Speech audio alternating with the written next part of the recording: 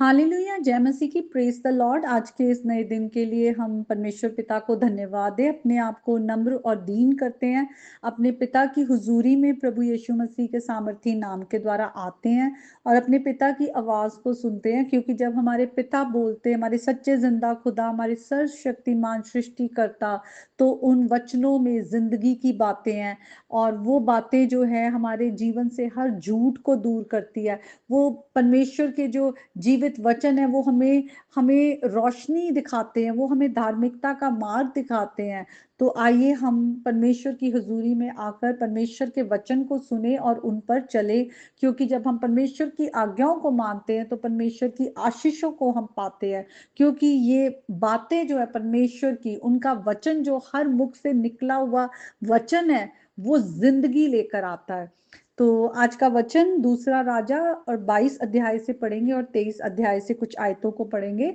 और परमेश्वर के वचन के द्वारा हमारा जीवन बदले, खुदा का आत्मा हमारी अगुवाई करे। हम देखते हैं किस तरह से सुलेमान राजा की मृत्यु के बाद जो राज्य है वो बट गया नदन किंगडम और सदर्न किंगडम में। और हम देखते हैं नदन किंगडम जो इजराइल था, और बहुत सारे बुरे राजा आए जिन्होंने परमेश्वर की आंखों में घृणित काम किए, और सदर्न किंगडम जो कि यहूदा का राज्य था, और वहां भी बहुत से बुरे राजा आए लेकिन बहुत से अच्छे भी आए। और उनमें से एक योशिया, जिसके बारे में आज हम पढ़ेंगे। और लिखा हुआ है कि जब योशिया ने राज करना शुरू किया तो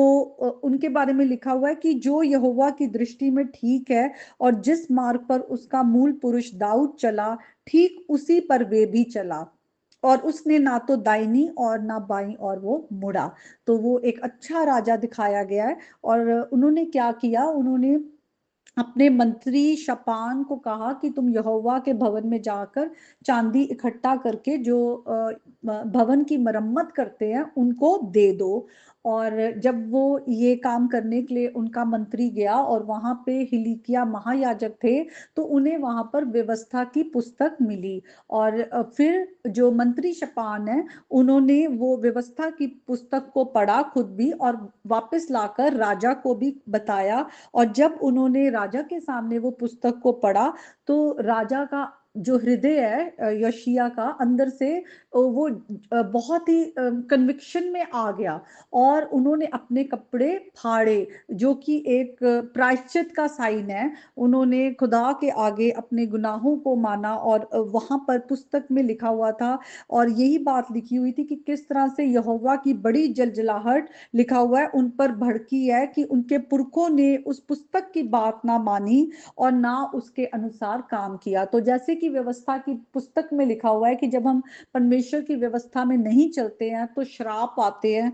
तो उसी तरह हम देखते हैं कि जब उन्होंने ये सब बातों को पढ़ा तो उनके अंदर वो प्रायश्चित आ गया। और उन्होंने कहा कि जाकर किसी से पूछो।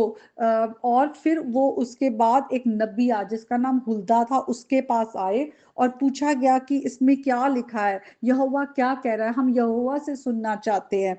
और फिर जो हुल्दा थी उसने कहा, यहोवा यूं कहता है कि सुन, जिस पुस्तक को यहूदा के राजा ने पढ़ा है उसकी सब बातों के अनुसार मैं इस स्थान और इसके निवासियों पर विपत्ति डालना चाहता हूँ। उन लोगों ने मुझे त्याग कर पराये देवताओं के लिए धूप जलाया और अपनी बनाई हुई सब वस्तुओं के द्वारा मुझे क्रोध दिलाया है। इस कारण मेरी जलजलाहट इस स्थान पर भड़केगी और वे शांत ना होगी। लेकिन आगे ये भी कहा, क्योंकि योशिया राजा ने अपने आप को दीन किया और ये मेरी बातें सुनकर उसने मतलब अपने आप को नम्र किया, अपना प्रायश्चित किया, इसलिए उसके जीवन काल में जो है शांति से वो अपनी कब्र में पहुंचेगा, शांति रहेगी। और फिर हम देखते हैं कि योशिया राजा ने जब ये सब बातें देखी तो किस तरह से उसने परमेश्वर की आवाज को सुनकर, परमेश्वर की व्यवस्था को सुनकर, ये नहीं कि वो फिर भी अपने में रहा या उसने अपने लोगों को नहीं रोका, बल्कि उसने अपने साथ साथ अपनी पूरी प्रजा को भी अपने साथ परमेश्वर की वाचा में बांधा कि हम अब से परमेश्वर के सारे, अपने सारे मन, अपने सारे प्राण से परमेश्वर की चितौनियों और विधियों का नित पालन किया करेंगे। और इस वाचा की बातों को जो इस पुस्तक में लिखी है पूरा करेंगे। तो राजा ने अपने साथ-साथ अपनी प्रजा को, अपने मंत्री और जितने भी उसके साथ लोग थे, उनको पहले तो ये वाचा जो थी, व्यवस्था की बातें थी, पढ़कर सुनाया और उनके साथ फिर शपथ ली कि हम परमेश्वर की आज्ञा को मानेंगे। और उसके बाद लिखा हुआ है कि किस तरह से जो राजा है योशिय्याह ने हिल्किय्याह महायाजक और उसके नीचे के याजकों और द्वारपालों को आज्ञा की दी कि जितने पात्र बाल और आशेरा और आकाश के सब गण के लिए बनाए गए हैं, उन सबको यहोवा के मंदिर से निकाल दो। जो कुछ भी परमेश्वर की आंखों में घृणित है, चाहे वो उनके मंदिर में है, चाहे उनके राज्य में है, जहां जहां पर किसी भी तरह से ऊंचे स्थानों पर जहां पर धूप अगरबत्ती के द्वारा पूजा की जाती है, जिस तरह भी जहां भी बाल और सूर्य, चंद्रमा, राशि चक्र और आकाश के कुल गण को धूप जलाते हैं, उन सबको हटा दो। तो वो सारी चीजों को हटाया जाना शुरू हो गया। और फिर हम देखते हैं किस तरह से जो सुलेमान राजा ने भी अपने शासन काल में यरूशलेम के पूर्व, लिखा हुआ है, वहां पर एश्तरोत नाम सिदोनियों की घिनौनी देवी और कामोश नाम मोआबियों के घिनौने देवता और मिलकौन नाम अमोनियों के घिनौने देवता के लिए जो ऊंचे स्थान वहां पर बनवाए गए थे, उनको भी राजा ने तोड़वा दिया। तो हम देखते हैं कि किस तरह ने राजा ने अपनी सारी प्रजा के लोगों को आज्ञा दी कि इस वाचा की पुस्तक में जो कुछ लिखा है, उसके अनुसार अपने परमेश्वर यहोवा के लिए तुम अब फसह का पर्व मानो। और फिर ओजे, भूत सिद्धि वाले ग्रह देवता, मूर्तें और जितनी घिनौनी वस्तुएं यहूदा देश और यरूशलेम के जहां दिखाई पड़ी, उन सबों को योशिय्याह ने उस मंशा से नाश किया कि व्यवस्था की जो बातें उस पुस्तक में लिखी थी, जो हिल्किय्याह महायाजक को यहोवा के भवन में मिली थी, उनको पूरा करे। और वचन में लिखा हुआ है कि